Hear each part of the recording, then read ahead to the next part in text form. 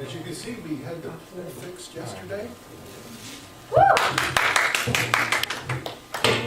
I have to say that I didn't have a white hat, but I felt like a PennDOT supervisor, watching 10 people stand around while 2 people were down in the hole digging. I'm just saying, You should have asked, they could have brought you That's one. how it is. A PennDOT supervisor or a pole? A white hat. Oh. White hats are cool. But I want to thank ATO for their help. They're watching. Thank you, Vic. We appreciate it. It's a cool thing. It's like things are checking off the box this week. It's been a cool thing.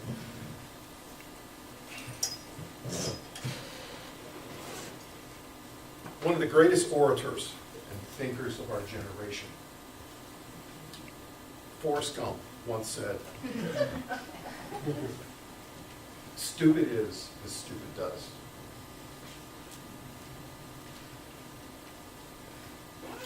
I survived my period of juvenile delinquency, and I have T-shirt evidence to prove I participated. Spontaneity of youth is a dangerous thing. And that's where I'm starting at in this series, because the college road trip, that last minute, I'm jumping in the car and we're going to do this. Honey, I'm going to share the stories, and I apologize. We were a young, newly married couple. And there was this woman named Gloria that I wanted to meet. I got the forecast at work. I called my wife. I said, we're going to Rehoboth to meet her. I got permission to use a personal day, jumped in the car. By 9 o'clock, we were in the middle of Hurricane Gloria. And I just once in my life, I wanted to, we drove to the beach, drugged my wife, Atlantic Sands Hotel, beachfront, on the boardwalk, 3rd floor, ocean facing side. The winds and the rains are coming down, blowing sideways. Yes, I'm an idiot. Anyway, we're there, we're watching the storm from our balcony window. It's just melting, it's down. And it's 2 sane individuals. We throw our ponchos on and go for a walk. You know? So we're walking down the boardwalk, and I see lights on at Grotto Pizza just off the boardwalk. And I said, yeah, let's go and see what's going on there. I'm hungry. You know, and when we walk in, it was like walking into Cheers, like, oh, hey, well, you know, it was a hurricane party. So we walk in, and I experienced the hurricane party. You know, we're drying out, we're watching the cable, we're talking to people, the townies that are there, because only people that were either drunk or didn't have a car were stuck in Rehoboth. Everybody else was smart enough to leave. No, Chuck and Joy, we drove in and rented a hotel room, you know. Fortunately, she didn't turn inland. She kept going up the coast, but we got battered for the night. Spontaneity. 2 crazies. I kind of look back and, you know, I mean, what are some of the crazy things that you did in your youth? Do you have any spontaneous things that you just broke out that you tried to go do? No, I'm only going to be stupid enough to admit it. Just one We kid drove dragged to to the Maryland, front, so that- we had reservations for dinner theater, and we drove to Maryland in a blizzard.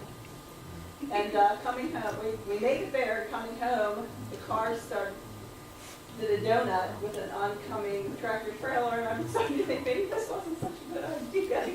Yeah, yeah. Well, I'll share one of the stories that I'm more proud of, because in college I was a new Christian.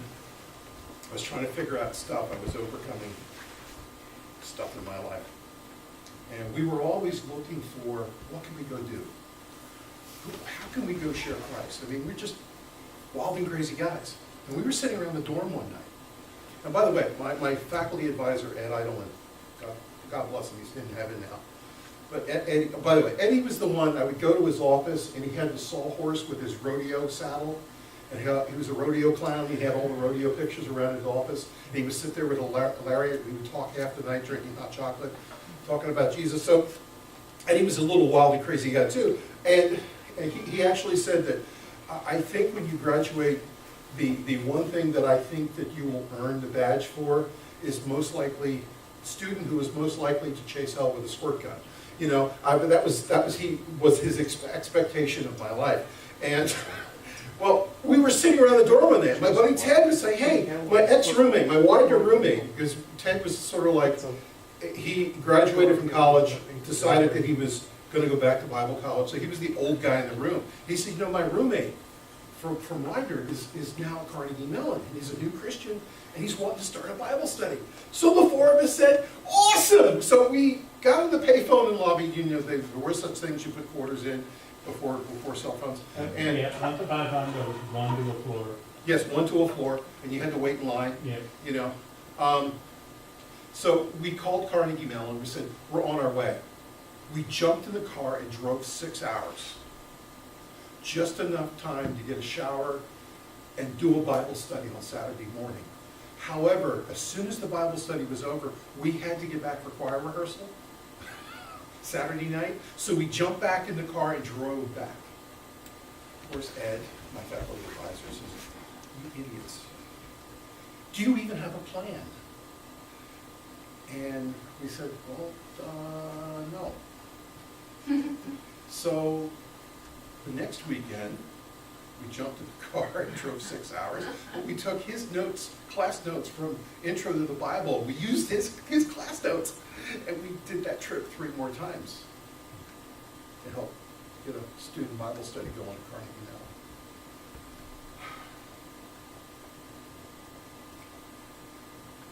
We have a way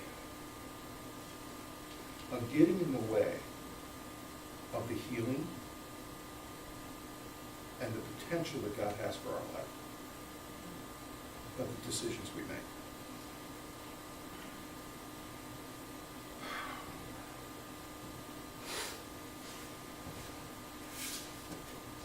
The truth is, we're all human, you and I. We're dealing with the simple fact that we're human.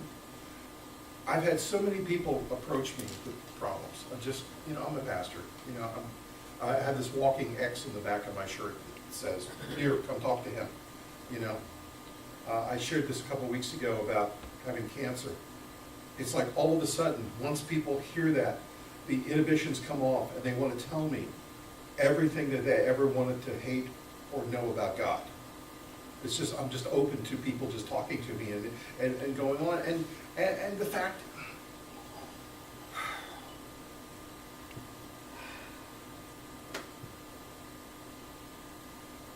the point of everything is,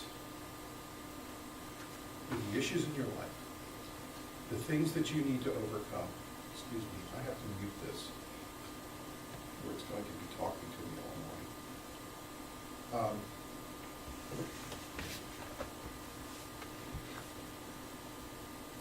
Jesus is calling us to pick up our cross and follow him. And the number one thing, you know, of all the giants that I could think of, I said, I'm going to start with the hardest. And this is going to be an awkward message because it is the hardest. You know, there's fear. There's anger, which we all sort of deal with. There's addictions. Everybody has addiction. Mine's Doritos. Just a bag of chips and a 2-liter bottle of Coke at night does not bode well for one's health. I am overcoming. I'm not trying to make a light of addictions, but it's a sensitive thing. There's comfort. We get lost in these things. But the greatest one, the greatest obstacle that you're ever going to come across, that you've got to overcome to become anything, is yourself.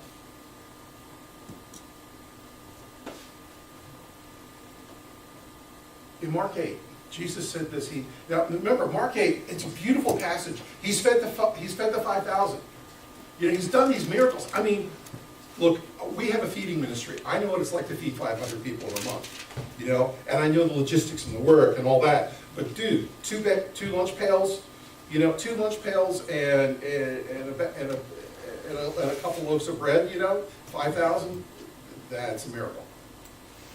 So Jesus has done all this in his disciples' life, and he comes to this place, and he's speaking into their lives, and he says in Mark chapter 8, verse 34, and he's calling the crowd to him with his disciples. He says to them, anyone who would come after me, let him deny himself and take up his cross and follow me.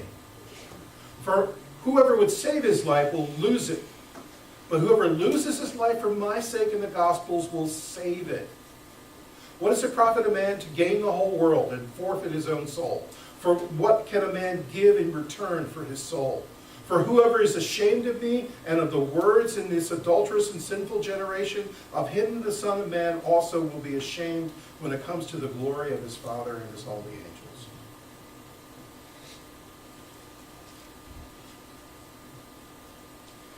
You see,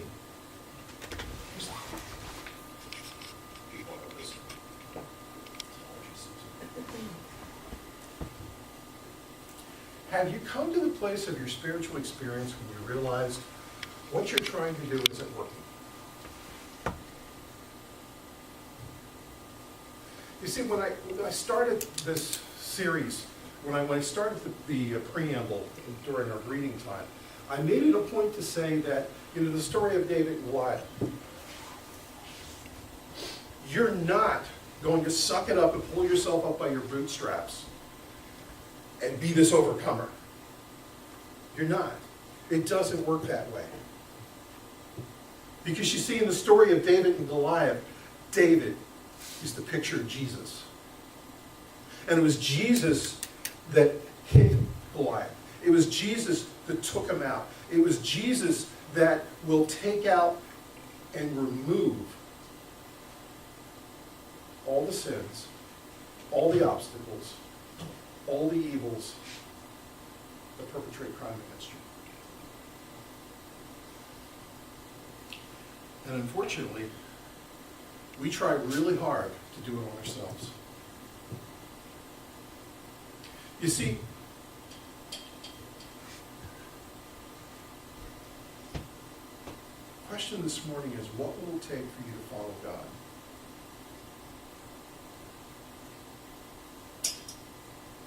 Dealing with your problems, not your addictions, not your anger, not someone beating up on you for what you believe.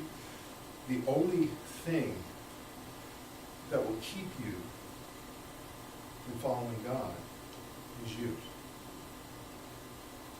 When you look in a mirror, what do you see? You see, God, when he looks at you, calls you by name. He has redeemed you. He desires to bless you. He desires to shape and mold your life. He desires to bring restoration into your life. He desires to bring reconciliation to relationships. But this hurdle of yourself, you see, you got to deny yourself. All of us struggle with sin. And listen,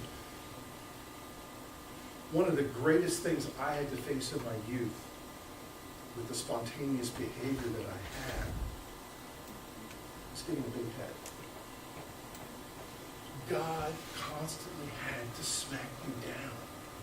I've been Gibbs-slapped more before NCIS was ever thought of as a TV show by God himself. Bobby Shine, who was the young guy who went up to Yukon to help physically build a church out of logs. He'd come back, and I didn't know he was back. And Bob had one of those hands. Do you ever meet people that just stick their hand in? And maybe on a construction site, most of you find these big gorillas where you stick your hand into their hand to shake hands, and you're putting your hand into a vice grip. Bobby was one of those guys. He did not have hands. He had meaty paws. I was in chapel one night in Bible college, and I was praying my heart out. I was asking God, put me through the mill. I knew the jerk I was. I knew the stuff that I had to overcome in my life. And here I am, and I'm just praying, and I'm asking God to put me through the mill. And all of a sudden, this large, meaty paw whaps me across the back of the head, and I feel this paw grab the back of my shirt and yanks me up off the floor. He said, dude, you don't pray. He was a California guy. Dude, you don't pray those kind of prayers. Plopped me down on the pew and said, let me talk to you about asking God to put you through the mill.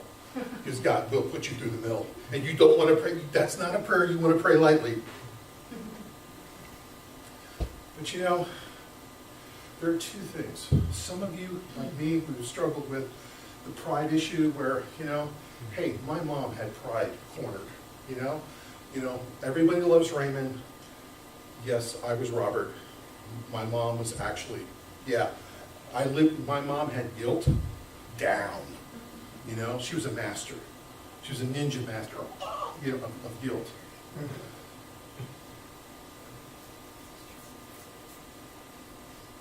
Yeah, it is true. That's a scary thing I don't make up. But you see, not everybody in this room is struggling with bolsterous loudness, you know? Many of you are these timid folks who are looking down upon yourself and say, I can't even try. They're both sins.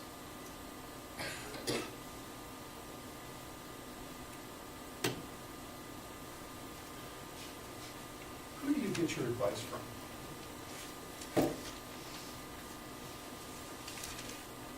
Oprah's no longer on TV, so you can't use her. Dr. Phil, I will slap you if I hear that's who you're getting your advice from. Who are you getting advice? Who do you go to in your time of need?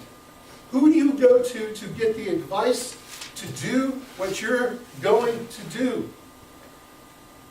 Look in a mirror, it's you. I have counseled people. I've got degrees, okay? I'm a professional, and I will sit and I will talk to somebody for hours. And you know what? You know the wisdom that comes out of their mouth? I think. You can read the Bible, you can master Greek, you can read Chuck Swindoll and all these other great preachers. You can go back and read, you know, Jehoshaphat. I mean, you know, you could go back and all this deep and cool stuff, but most of the time I hear out of people's mouth is, but I think.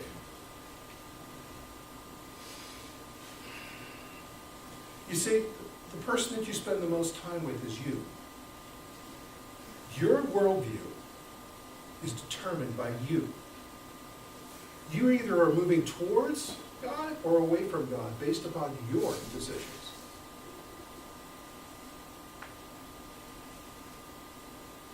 You ask yourself, how does it impact me? You see, you're informed by you. You believe in God because you yourself believe. You see, self can take you down. I want you to insert the blank on this phrase. I am my own.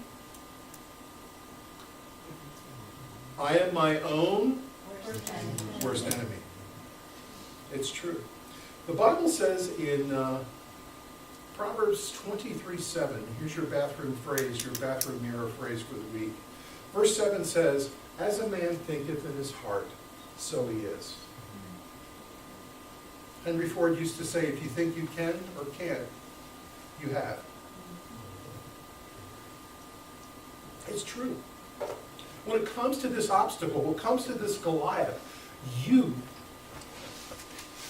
are the main cog in being able to overcome and become the follower of Christ God has called you to be. So what will it take you to follow God?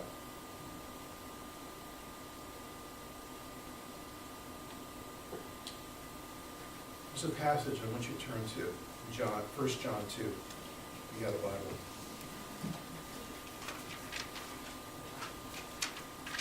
I'm going to try to get through this today because I want you to see the power of self and how much of a Goliath it can be in your life. In 1 John 2, starting in verse 15, it says, don't love the world or anything in the world. If anyone loves the world, the love for the Father is not in them. For everything in the world, the lust of the flesh, the lust of the eyes, the pride of life, comes not from the Father, but from the world. And the world and its desires pass away, but whomever does the will of God lives. Listen,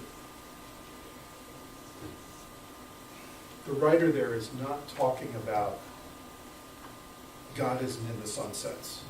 You know, God's not in family. God's not, listen, he's not talking about that aspect of the world. He's talking about the system, of how it functions, of how it's designed. This goes all the way back to Adam and Eve. You know, they saw the apple. They wanted the apple. Satan said, if you eat the apple, you'll be as smart as God. So we all have this battle.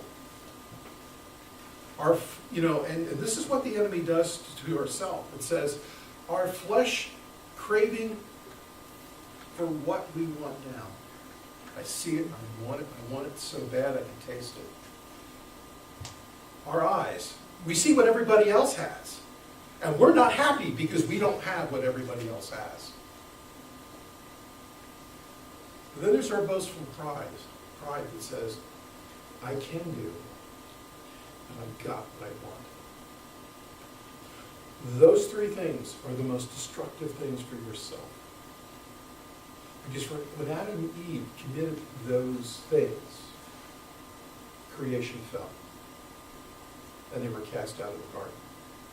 Mind you, God in his grace has provided the means, the way to overcome, to pay for that, to set us free. But the simple fact of the matter is every single human being battles those three elements.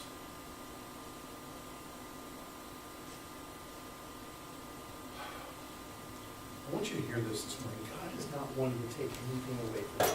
God does want to bless you. God does want to give you your desires. But you see, God wants to give you his very best. But yourself will always give you less. Christ will always give you more. And that's the whole point. Going back to David and Goliath, we're going to be actually in David and Goliath, that simple story, multiple times in the next few weeks. Why? Because it's chocked full of stuff. You see, David was 15. Can you imagine being 15 years old? You know, when you look at that whole haughtiness of him, you know, hey, I killed a bear. I took out a lion. You know?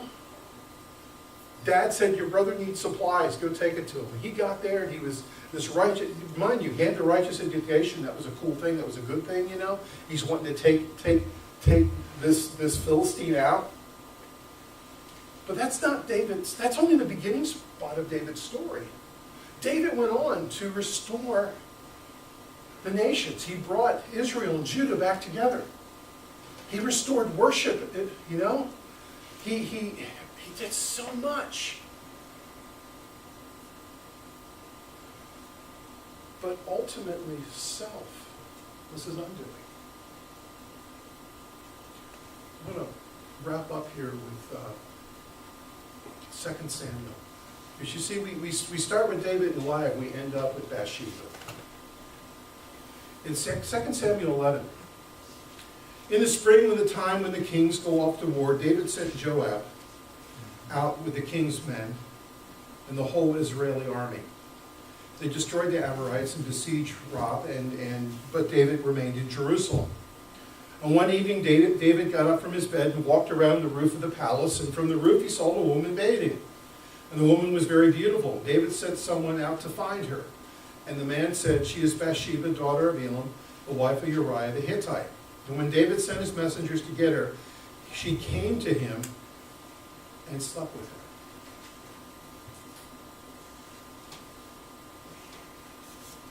And then she went back home, and the woman conceived and sent word to David, I am pregnant.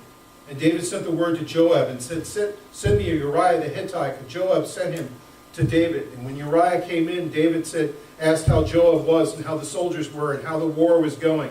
And then David said to Uriah, go down to your house and wash your feet. So Uriah left the palace, and a gift from the king was sent after him. But Uriah slept at the entrance to the palace with all his master's servants and did not go down to his house. Look, don't tell me David didn't have Goliath in his life. He was up in the middle of the night, probably dealing with anger. He was dealing with something. Pacing.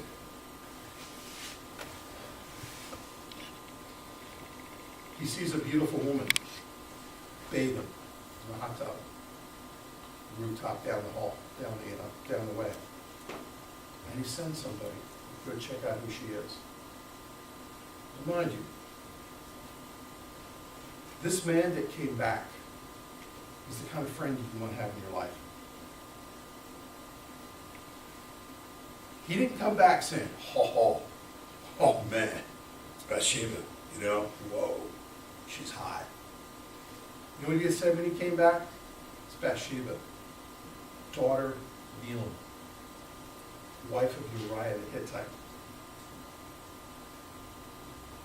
He came back and got in David's crawl, and as the friend that he was to the king, said, dude, she's somebody's daughter and somebody's wife.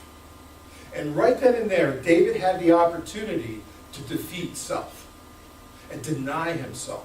By the way, the picture of denial and picking up your cross and following God is Uriah the Hittite. Because you see, find out she's pregnant.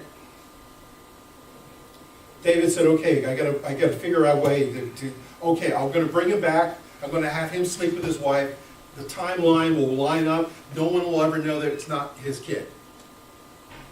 But you see, Uriah comes back. He has this heart. He goes, my troops are sleeping on the ground. There's a battle. There's a cause. There's a purpose. I'm doing the king's job, the king's work. By the way, David had just built a house, so according to Hebrew law, it was just and right for him to stay at home because he just built a house and be with his family. That he was not doing anything that he was not entitled to.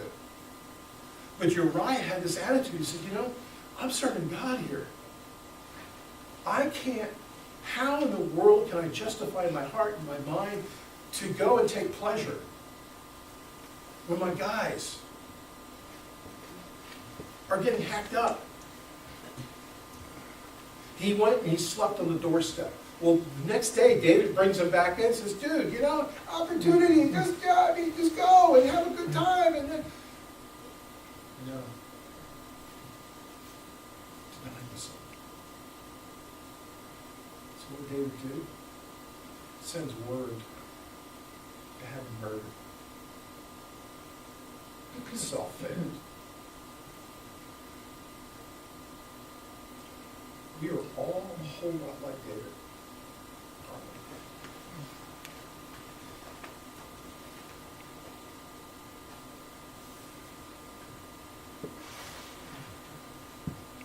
I saw something in this passage that really struck me, going back to Mark 8.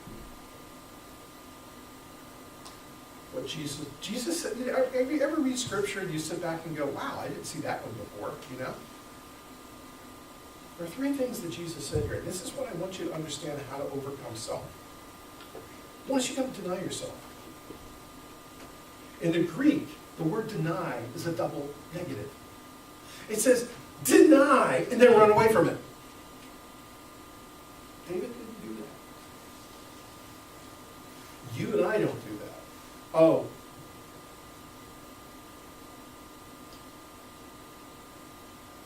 I can handle gluttony. But I'm going to do lunch at Sweeney's Bakery, which had donuts that are better than sex. I'm telling you, their food, lost.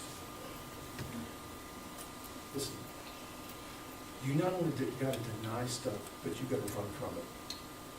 You got to run the other way.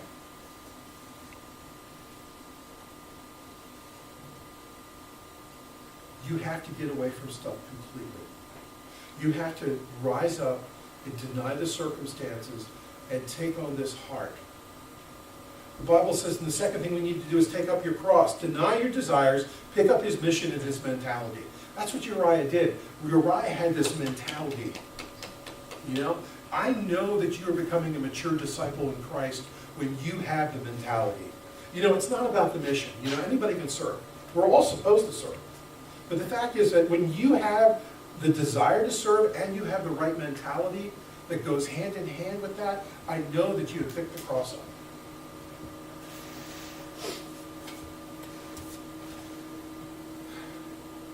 if you read this passage in Luke and not not Mark, it's scary because Luke takes it a step further and he says you do it daily. Now, here's the thing that I missed out on that Jesus said, okay? Jesus says, deny yourself and follow me. Pick up your cross, and then follow me. He said, follow me twice.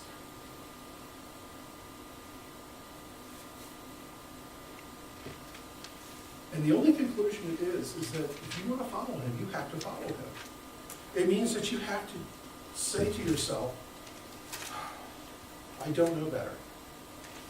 You have to say to yourself, even if God, God's not going to give you the complete layout of your life. God is not going to say, when you turn 29, this is going to happen. When you hit 35, this is going to happen. When you hit 59, you're going to have cancer. Oh, I'll sign up for that. God's not going to tell you a thing. God's going to say, it's by faith. God's going to say, you want to fix that in your life? You want to overcome in that life? You've got to decide that you're going to follow me unconditionally. Come hell or high water, no matter what happens, no what circumstances come your way, no what stuff that you're going to have to go through. Oh, by the way, I'm going to bless you. I want you to understand this. God is not, I'm not saying this morning that God wants to rob you and take you from anything. God wants to give you his best.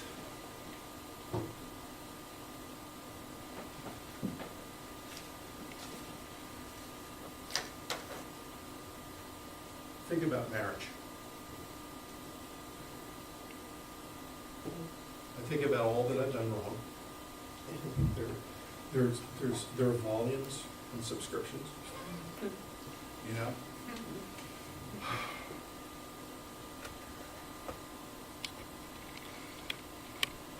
But I've been married 38 years. And we love each other more today than we did when we started. And there were moments along the way we had our doubts.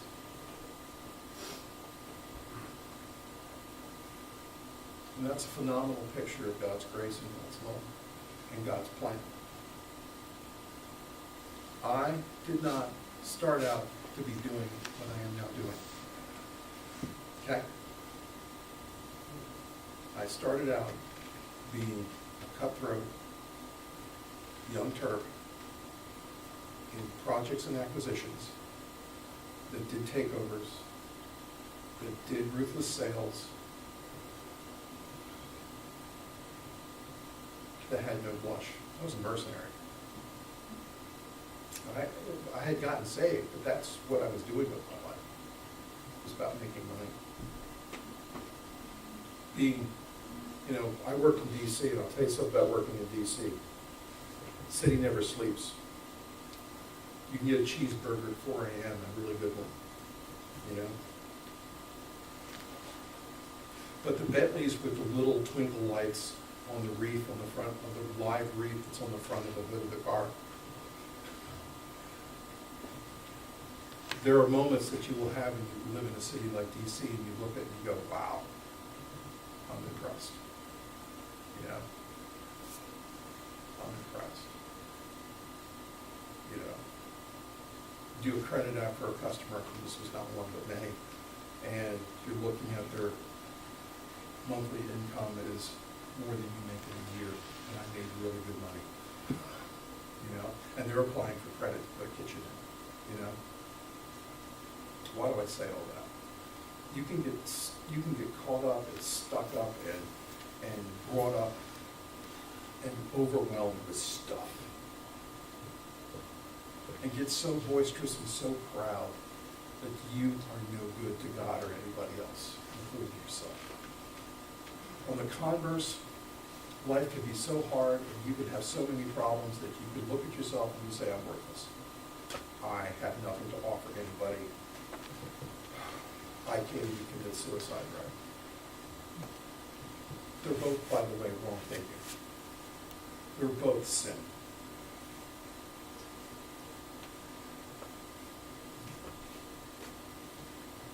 God has this incredible plan for our lives. God wants to slay giants in your life. But it starts with you denying yourself. That's the start. Let's pray. Father, this morning, it's hard to hear truth. Pray for my friends, Lord, that you just speak to their hearts. Help them to do that inventory in their lives, to realize where they're at, what they're dealing with, and how do I unpack this? Lord, help us to set it aside. Help us to deny ourselves. Help us to fall madly in love with you. Deliver us from evil. Deliver us from temptation. May we live such a life where we glorify you. May we adopt the mentality. May we adopt your mission. And may we follow you and find joy as we watch you overcome the giants in our lives. I pray this morning, Father, if there be one or two that are struggling with this very point, help them to reach out and get help, get answers. Give them courage to face themselves in the mirror. I pray for those of us who traveled a bit, those who have been on the journey a lot. Lord, sometimes it gets stale. Sometimes we lose our way along the way. May this remind us, Father, this morning of where we're at and what the cost was to pay for us to be able to overcome our giants. Be with us now, Father. May this be a week where we unpack truth. Bless now in your Son's name. Amen. Amen.